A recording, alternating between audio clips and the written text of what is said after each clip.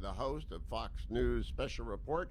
And this weekend he will be hosting Fox News Sunday as well, our friend Bret Baier. Hello, Bret. You're on with Hugh and Ed. Welcome. Thank you for joining us. Hey, good morning.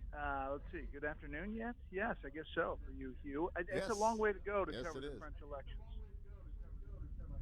It was. Someone had to do it. And so I volunteered, and I was happy to do it.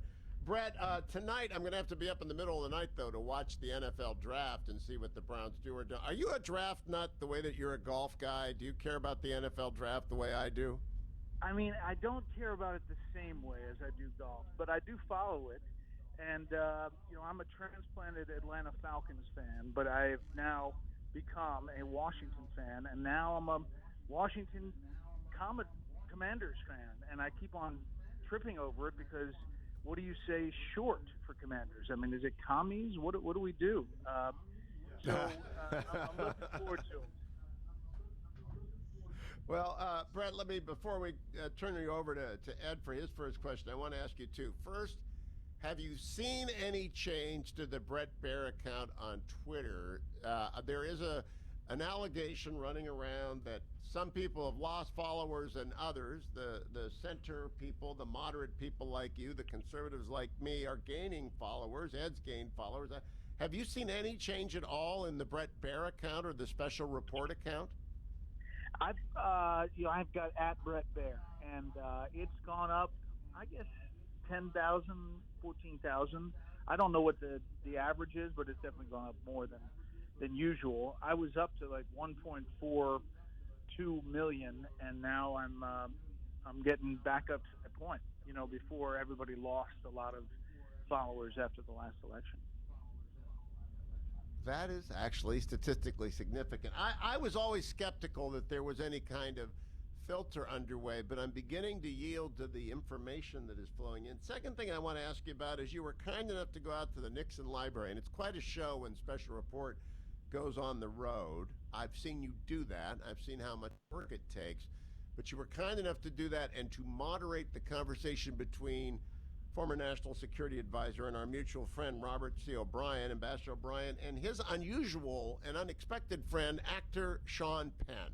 How did that conversation go, and what did you learn from that? And were you as surprised as I was to find out they had become pals? Yeah, and when I first found out, I thought, wow, what a great possibility of doing an interview. And then Robert reached out and said, well, how about we do it at the Nixon Library? And I said, sure. So we put it up to the flagpole, and we moved Special Report out there, and then we did this hour-long conversation, which actually will become a Fox Nation special in just a few days.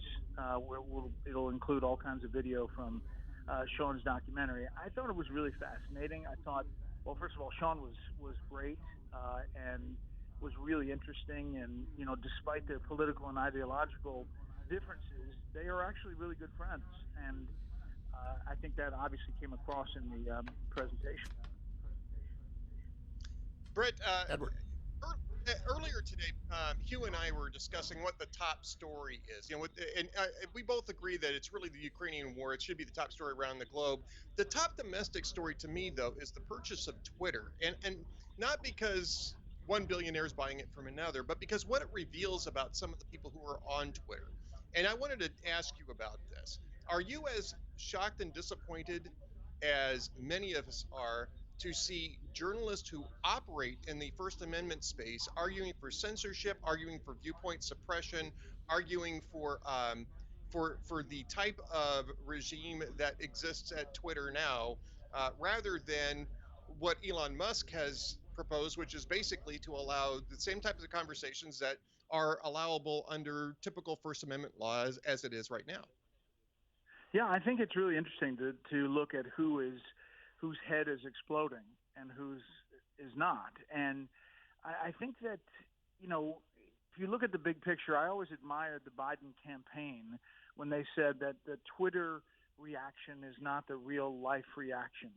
And yet, there are a lot of people on the left who have really had a real problem about Elon Musk taking over. I don't know if you saw the Ari Melber kind of rant about what is possible if someone owns Twitter. And as he's discussing it, it is basically what many conservatives believe had happened all along here throughout the election and afterwards. So I do think it's interesting to watch. I think it's a blip in time, and we'll soon be over this and see how influential Twitter is. Yeah, fair, balanced, and unafraid is the catchphrase over at Special Report, and has been for a long period of time. And I'm kind of fair, balanced, and unafraid on the radio show. I want to ask you about Twitter specifically, though, Bret. The late Andrew Breitbart was a friend of mine. I'm sure a friend of both of yours. And in one of his last public appearances, he said, I disagree with Professor Hewitt because he tells me not to engage with trolls and people who attack me, and I always do. And I always said, Andrew, don't do it. Don't feed the trolls. Bret, you're very generous to people who attack you online. What is the calculation in your mind engaging with Twitter followers that way? Well, you know what? I look at it like this, that it's one viewer at a time, and the really aggressive tweets that coming after me or the show or something we did, I don't think that they think that they're going to be called out or singled out or lifted up by saying what they're saying. So what I do is I answer whatever their charge is and say something like, thanks for watching, or see you tomorrow at 6 p.m. There's a lot of people who say, I am never watching again. And then the next day they tweet, in the second block you had this story on, and it becomes interesting. And obviously other people read the back and forth, and I think one viewer at a time. Bret, I mean, just to give a fair and balanced look at the Elon Musk purchase of Twitter, I mean, there are certainly some concerns about having multi-billionaires buy out platforms. What I'm a little shocked to read these concerns coming from the Washington Post, Bloomberg, the New York Times, all of whom have been bought out, or at least whole or in part, or founded by billionaires. But I mean, there's some concern about that. I mean, do you think that there's a fair amount of criticism, and where is the fair criticism of this coming from, or at least the fair scrutiny of this? What sources do you think are actually reliable in terms of reporting on this? Yeah, listen, there's always been concern. This is time and again. This is media properties all the way back to the beginning of media. And you can see Congress calling people up and saying, what's fair and what's not. But listen, I think you're going to get a bipartisan push, in part because of Elon Musk's purchase.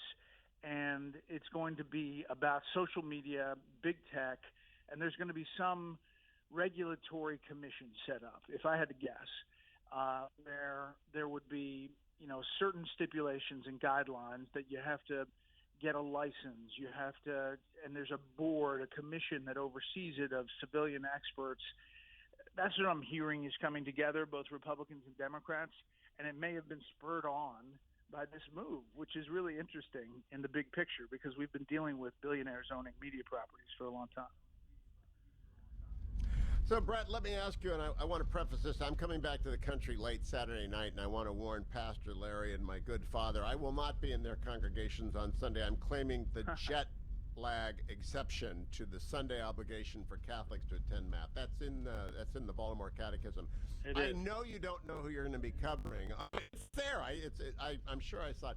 But when you try and set up a show on Sunday, when we have Vladimir Putin threatening the use of nuclear weapons, do you just tell the producers, hang loose, we'll figure it out Saturday night at midnight? We have 1 minute. Yeah, I do. I think I know we're going to have a foreign policy guest, someone who is up on Capitol Hill. We're working a lot of different avenues. I've got a great staff at Fox News Sunday that I'm working with. We'll have a great guest on that topic specifically because it's really the biggest issue in the big picture. But there are a lot of other things to cover domestically, and we'll have it covered with a lot of interesting people, I bet. I'm looking forward to it. I'll be waking up in time to watch Bret on Fox News Sunday, though I won't be in the pew, Larry. Don't look for me. Thank you, Bret.